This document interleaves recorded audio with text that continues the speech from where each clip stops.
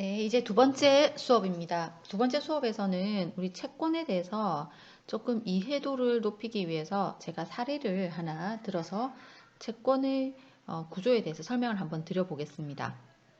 우리 채권은 금리와 수익률이 반대라고 말씀을 드렸죠. 그래서 제가 그 움직임도 설명을 드렸었는데 다음 사례로 한번 더 복습을 해보겠습니다.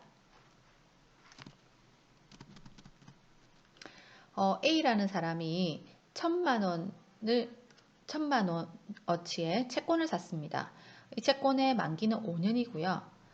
살 당시에 표면 이율은 5%입니다. 그런데 이 채권을 살 때 시장의 기준금리는 3%입니다. 시장의 기준금리가 3%이기 때문에 표면금리가 5%인 이 채권이 매력적이라고 느껴졌겠죠. 그래서 투자를 하게 되었습니다. 그래서 운영을 했는데 2년 후에 기준금리가 1% 하락하였습니다. 그러자 기준금리가 하락을 하자 이 A가 들고 있던 채권의 가격이 올랐고 그래서 소유주 A는 매도를 희망하게 됩니다. 그 다음 이 채권을 산 사람은 소유주 B이고요. 소유주 B는 1,000만원 하는 채권을 1,030만원에 사게 됩니다. 당시에 기준금리가 2%가 되었기 때문에 기준금리가 3%에서 1% 하락했죠. 그래서 기준금리가 2%였기 때문에 표면 이율이 5%인 이 채권은 굉장히 매력이 있었습니다. 그래서 조금 오른 가격인 1,030원에 사게 되었던 겁니다. 그리고 3년 뒤에 소유주 B는 만기가 돌아와서 원금을 1,000만원 환급을 받게 됩니다. 전체적으로 한번 보겠습니다. 소유주 A에 대해서 소유주 A의 입장에서 수익 분석을 해보겠습니다. 소유주 A는 채권 차익에서는 30만원 이익을 보았습니다. 왜냐하면 1,000만원이던 채권을 1,030에 팔았기 때문에 30만원 이득을 창출했습니다. 그리고 2년 동안 가지고 있는 동안 5% 이자 2번 해서 100만원 수익이 발생했습니다. 총 수익금은 130만원이고요. 이 130만원은 1,000만원에 대해서 연 6.5%의 수익을 안겨줬습니다. 투자자 B는 채권 차익에서는 마이너스 30만원이 손실이 났습니다. 왜냐하면 본인은 1,030만원의 채권을 샀는데 만기 때 1,000만원을 돌려받았기 때문입니다. 3년 동안 보유하고 있었고 표면 이율은 그대로 5%였기 때문에 150만원의 이자를 받았습니다. 그래서 투자자 B는 총 120만원의 수익이 발생하였습니다. 120만원은 본인이 투자한 1,030만원에 대해서 3년 동안 수익률 3.88%를 안겨줬습니다. A는 6.5의 수익률을, B는 3.88의 수익률이 발생했습니다. A의 입장에서 한번 본다면 금리가 떨어지자 수익률은 올라갔다. 5%짜리 표면이자 채권을 샀는데 금리가 1% 떨어짐으로써 6.5%로 수익률은 올라갔습니다. 그렇기 때문에 금리가 떨어지면 채권 수익률은 올라간다라는 공식이 나오는 겁니다.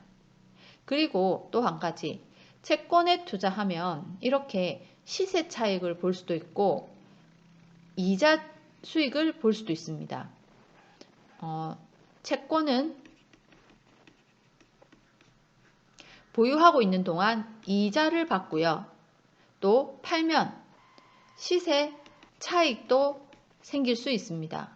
그래서 두 가지 수익 측면이 있기 때문에 앞서서 수익률 계산할 때도 자본 손익 수익률도 구하고 이자 수익률도 또 구하고 해서 더해서 총 수익률이 나오는 그런 문제도 풀어보았습니다.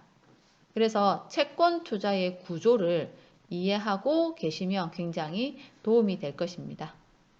다음 페이지 보도록 하겠습니다. 이제 다시 교과서로 돌아가겠습니다. 먼저 채권의 평가입니다. 채권을 평가하는 방식은 장부가 평가 방식과 시가 평가 방식으로 나누어집니다. 먼저 장부가 평가 방식은 채권의 투자 원금에다가 매일매일 쌓이는 이자 수익의 합계를 채권의 장부가라고 하며 이 장부가로 채권을 평가하는 방식을 장부가 평가 방식이라고 합니다. 장부가 평가 방식은 시장금리의 변화를 반영하지는 않습니다. 채권도 예금처럼 시장금리의 변동에 끊임없이 꾸준한 모습 평가를 받게 되나 시가로 평가된 그 시장가와는 그렇기 때문에 괴리가 발생하게 됩니다. 장부가 평가액은 채권 취득금액에 경과 이자를 더해준 방식입니다. 그에 반해 시가 평가 방식은 채권의 장부가 평가액에 채권 평가 손익이 더해집니다.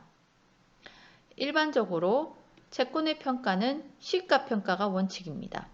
채권의 시가평가 방식은 현재 시장에서 평가되는 금리로 채권을 평가하는 방식이며 이는 결국 장부가 평가액에서 금리 변동에 의해서 발생한 자본 손익을 반영한 것으로서 이게 훨씬 현실적인 평가 방식이겠죠. 그래서 현재 시가평가 방식이다 라는 거고 주로 이용된다 라고 했습니다. 채권의 기대 수익률과 위험입니다. 채권의 기대 수익률 중에서 이자 플러스 롤링 수익률 방식이 있습니다. 이자 플러스 롤링 수익률 방식은 전제 조건을 가지고 있는데요. 롤링 수익은 어떤 건지는 지난 시간에 배웠습니다. 전제 조건 보겠습니다. 첫째, 기대 수익률을 구하는 투자 기간을 1년으로 정한다. 계산하기 쉽게 1년으로 정합니다. 둘째, 1년의 투자 기간 동안 시장금리, 수익률 곡선, 변동이 없음을 가정합니다. 시장금리나 수익률 곡선을 반영하지 않는다는 것을 말하고 있습니다. 셋째, 신용위험을 고려하지 않는다. 해서 신용위험까지 고려하면 계산하기가 굉장히 복잡해지겠죠. 넷째, 설명의 편의를 위해 모든 채권을 잔존 만기와 듀레이션이 같도록 한다.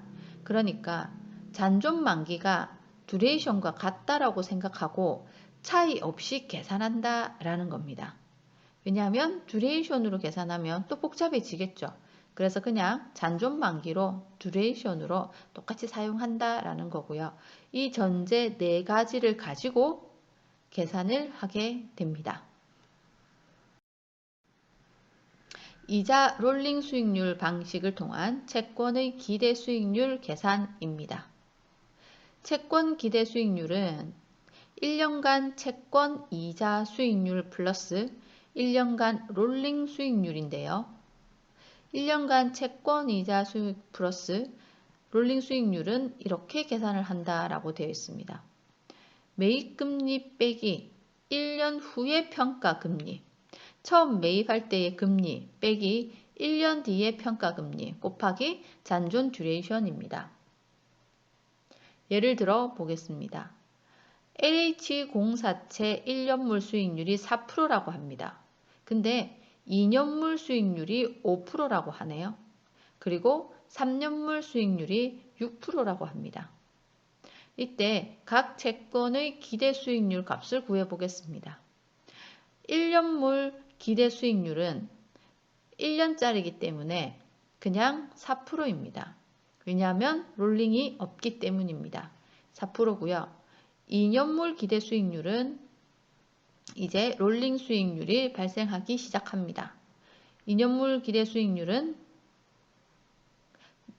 1년간 채권이자 수익률, 2년물 수익률의 채권이자 수익률은 5%라고 나와 있습니다. 그래서 5% 더하기 매입금리.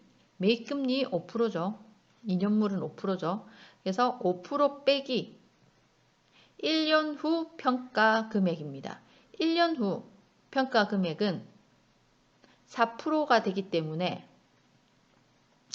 왜냐하면 1년이 지나면 1년 남았죠. 2년물짜리니까 1년이 지나면 1년 남았고, 1년 남은 그 공사채의 채권금리는 4%니까 4%로 계산해 주고요. 곱하기 잔존 듀레이션이 1년입니다. 왜냐하면 1년이 지났기 때문에. 그래서 잔존 듀레이션 1년 하면 6%가 되겠습니다. 그러면 LH공사채 3년물 기대 수익률은 어떻게 되느냐? 3년물은 6%, 3년물 수익률이 6%라고 했기 때문에 6% 더하기 롤링 수익률을 구해주는데, 롤링 수익률은 본인 3년물의 매입금리 빼기 1년 뒤, 그러니까 2년물이겠죠. 2년물의 그 평가금리는 5%가 될 거고요. 1년 뒤니까. 에다가 1년 뒤가 되면 잔존기간이 2년 남았기 때문에 2년을 곱해줍니다. 그러면 8%가 되겠습니다. 여기서 특기할 것은 수익률 곡선이 가파를수록 기대 수익률이 높아진다는 사실입니다. 예컨대 2년물 금리가 똑같이 5%일지라도 만약에 1년물 금리가 다르다면 기대 수익률이 달라지는데, 만약에 2년물 기대 수익률 위에서 보면 2년물 기대 수익률이 6%로 계산되어 있는데요. 만약에 1년물 금리가 3%였다면 그 계산이 다음과 같이 달라진다라고 해서 계산을 해보면, 2년물 기대 수익률은 2년물의 금리인 5% 더하기 2년물 금리 5% 빼기 1년 남은 금리 3% 곱하기 남은 기간 1년 하면 7%가 됩니다. 그래서 1년물 3%, 2년물 5%, 이 차이가 크기 때문에 수익률이 커졌습니다. 그래서 수익률 곡선이 가파를수록 기대 수익률도 높아진다는 사실이라는 겁니다. 이해가 되시죠? 다음 페이지 보겠습니다.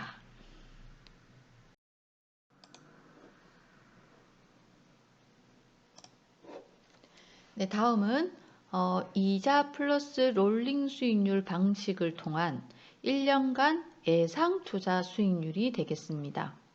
예상 투자 수익률은 1년간 예상 투자 수익률은 채권 이자 수익률 플러스 매입금리 빼기 1년 후 예상금리 곱하기 잔존 듀레이션이 되겠습니다. 예를 들어서 설명을 해보겠습니다. 현재 채권 시장에서 LH공사채 1년물 수익률이 4%고 2년물이 5%고 3년물이 6%일 때 투자자가 1년간 향후에 시장금리가 하락할 것으로 예상을 하였습니다. 1%. 각 채권에서 예상되는 1년 투자 수익률은 어떻게 될까라는 겁니다. 그러니까 하락이라는 가정이 들어갔을 때, 하락이라는 예상이 들어갔을 때 예상 투자 수익률은 어떻게 변할까라는 겁니다. 그래서 1년 후 예상과 같이 채권금리 수준이 1% 하락했다면 1년 후에는 LH공사채 1년물 수익률이 3%가 될 것이고 2년물 수익률이 4%가 되겠죠. 3년물 수익률이 원래는 6%였지만 1% 하락했으니 5%가 될 것입니다. 이걸로 예상 투자 수익률을 구하는 것은 다음과 같다. 1년물 예상 투자 수익률은 4%로 같습니다. 지금 투자해서 1년에서 만기가 되기 때문에 달라질 게 없습니다. 그런데 2년물 예상 투자 수익률은 원래 2년물은 5%인데 5% 플러스 매입금리 5%짜리 매입을 했었죠. 빼기 1년 후 예상금리입니다. 1년 후에 4%이던 5%이던 아니죠. 그 1년이 지나고 나면 나머지 1년 남았잖아요. 그래서 1년물을 사야 되는데 1년물 수익률이 원래 4%였던 거예요. 그래서 여기 4%가 들어가야 되는데 금리가 하락이 됐어요. 1%. 그래서 3%가 됐죠. 그래서 1년물이 이제 3%가 되었습니다. 그래서 빼기 3% 곱하기 잔존기간 1년 해서 7%가 된다라는 겁니다. 3년물 예상투자 수익률은요. 6% 매입금리 처음에 살 때 6%짜리였죠. 더하기 본이 이 채권의 매입금리 빼기 이제 1년이 지났기 때문에 2년물 금리를 적용해야 되는데 2년물 금리가 원래는 5%였으나 1% 하락을 했죠. 그래서 4%가 됩니다. 그래서 6 빼기 4% 곱하기 1년이 지났기 때문에 3년물인데 2년이 남았습니다. 그렇게 계산을 하면 답은 10%가 됩니다. 이렇게 예상투자 수익률은 금리가 변한다, 하락한다, 상승한다 그렇게 변화하는 예상금리를 대입해줘서 2년차, 3년차에 적용해 주는 겁니다. 이때도 1년차는 그냥 매입금리 그대로 적용 바로 받습니다. 네, 이렇게 보시면 될 것 같고요. 다음 페이지 보겠습니다. 다음은 채권의 위험입니다. 채권에는 위험이 있습니다. 채권을 투자할 때도요. 그래서 채권의 위험은 어떤 위험이 있는지 볼 텐데 투자기간 동안의 실제 실현 수익률이 채권의 기대 수익률을 벗어나게 할 위험에는 듀레이션 위험과 신용 위험이라는 양대 위험과 또 유동성 위험, 중도 상한 위험 같은 기타 위험이 있습니다. 이론적으로는 위험 요인으로 인한 가격의 상승 가능성 또는 하락 가능성 모두 위험으로 인정하지만 보통 시장에서는 위험 요인으로 인한 가격의 하락 가능성만을 위험으로 인식하고 있다라고 해서 채권의 위험 프리미엄과 금리 보시면 신용 위험 프리미엄, 듀레이션 위험 프리미엄, 무위험 수익률 다 더해져서 그 채권의 수익률이 되겠습니다. 그래서 무위험 수익률에서부터 출발하겠죠. 4%. 위험이 하나도 없는 채권의 수익률도 4%니까 이 4%에다가 그 채권이 잔존 만기, 그러니까 남은 만기 듀레이션이 있기 때문에 이 위험이 더해지고요. 왜냐하면 이 사이에 파산할 수도 있잖아요. 만기가 2년 남았는데 그 2년 동안에 파산할 수도 있죠. 그렇기 때문에 듀레이션 위험이 있습니다. 그거를 더해주고 또 그 기업의 신용에 대한 위험을 더해주면 이렇게 총 위험이 됩니다.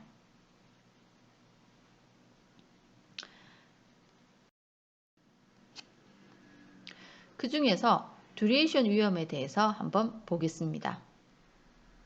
듀레이션 위험이란 투자 기간 동안 시장 금리의 변동으로 인해서 투자 수익률이 하락할 가능성을 시장 위험, 이자율 위험, 금리 변동 위험 등으로 부르는데 이 위험은 채권 듀레이션이 길수록 커지기 때문에 듀레이션 위험이라고도 한다. 그러니까 이거는 우리가 아까 제가 제일 첫 번째 페이지에서 보여드렸던 채권이라는 것은 보유하고 있으면서 시장의 금리가 떨어지면 수익이 올라간다 라는 예시를 보았습니다. 또는 금리가 올라가면 수익률이 떨어진다. 이런 것도 위험이 되겠죠.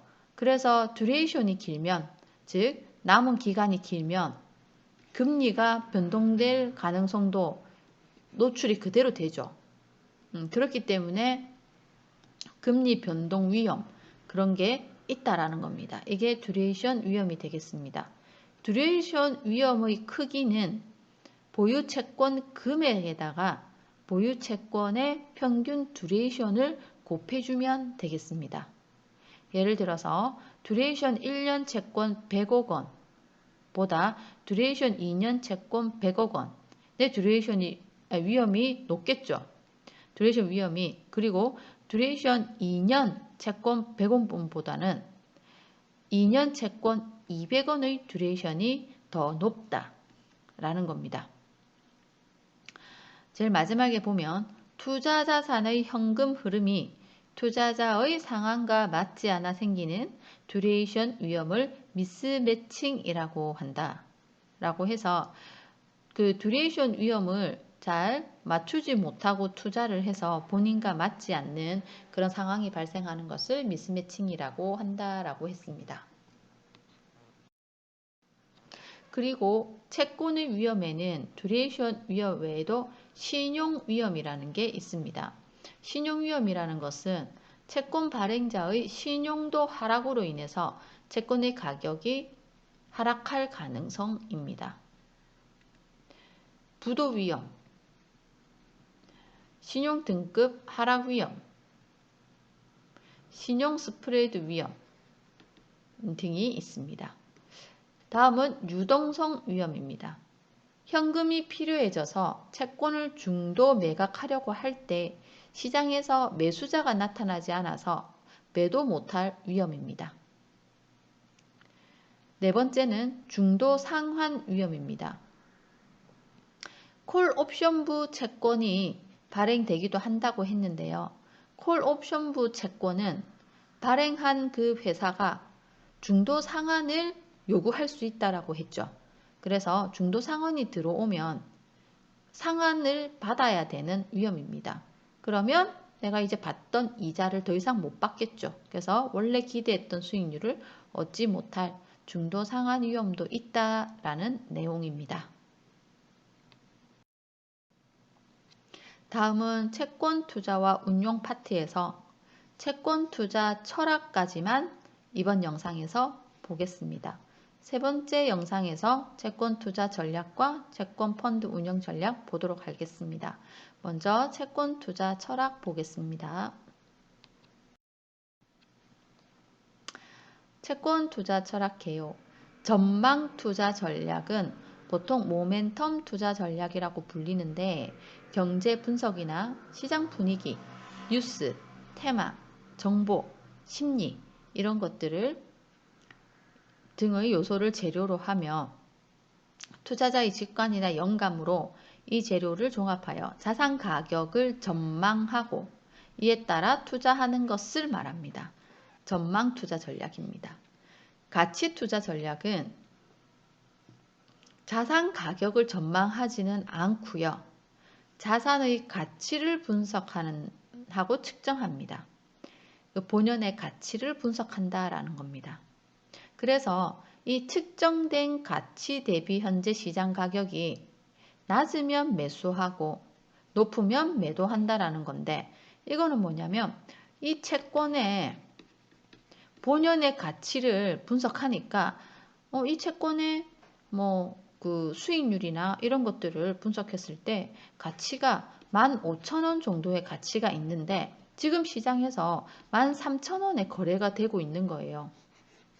그러면 시장 가격이 낮은 거죠. 그러면 매수를 한다라는 겁니다. 근데 채권의 가치는 15,000원인데 시장의 가격이 현재 17,000원인 거예요. 그러면 너무 높게 거래되고 있구나. 그러니까 매도를 한다라는 겁니다. 채권 투자 전략의 분류에서 채권의 매매 형태에 따라서 채권 투자 전략을 분류해 보도록 하겠습니다. 이 페이지까지 이번 영상에서 수업을 할게요. 채권 투자 전략은 채권의 매매 형태에 따라서 다음과 같이 분류할 수 있습니다. 첫 번째, 만기 보유 전략입니다. 만기 보유 전략이란 채권을 매입하고 중도에 사고 파는 게 아니라 만기까지 보유하는 것입니다. 두 번째, 중도 매각 전략입니다. 중도는 매각 전략은 일정 기간 보유 후에 롤링 효과를 누리면서 매각하는 전략입니다. 3번, 교체 매매 전략입니다. 향후 많은 수익이 기대되는 채권을 재매입하는 방식입니다. 네 번째, 단기 매매 전략, 딜링 전략입니다. 금리 움직임을 보면서 자본 수익을 얻기 위해서 잦은 단기 매매를 실행하는 전략이 되겠습니다. 그래서 만기 보유 전략 외에는 다 매매 전략이죠. 그래서 성격이 좀 다릅니다. 그래서 만기 보유 전략과 매매 전략으로 나누어진다 채권은 이렇게 보시면 되겠습니다. 다음 운용 전략은 다음 세 번째 수업에서 하겠습니다. 수고하셨습니다.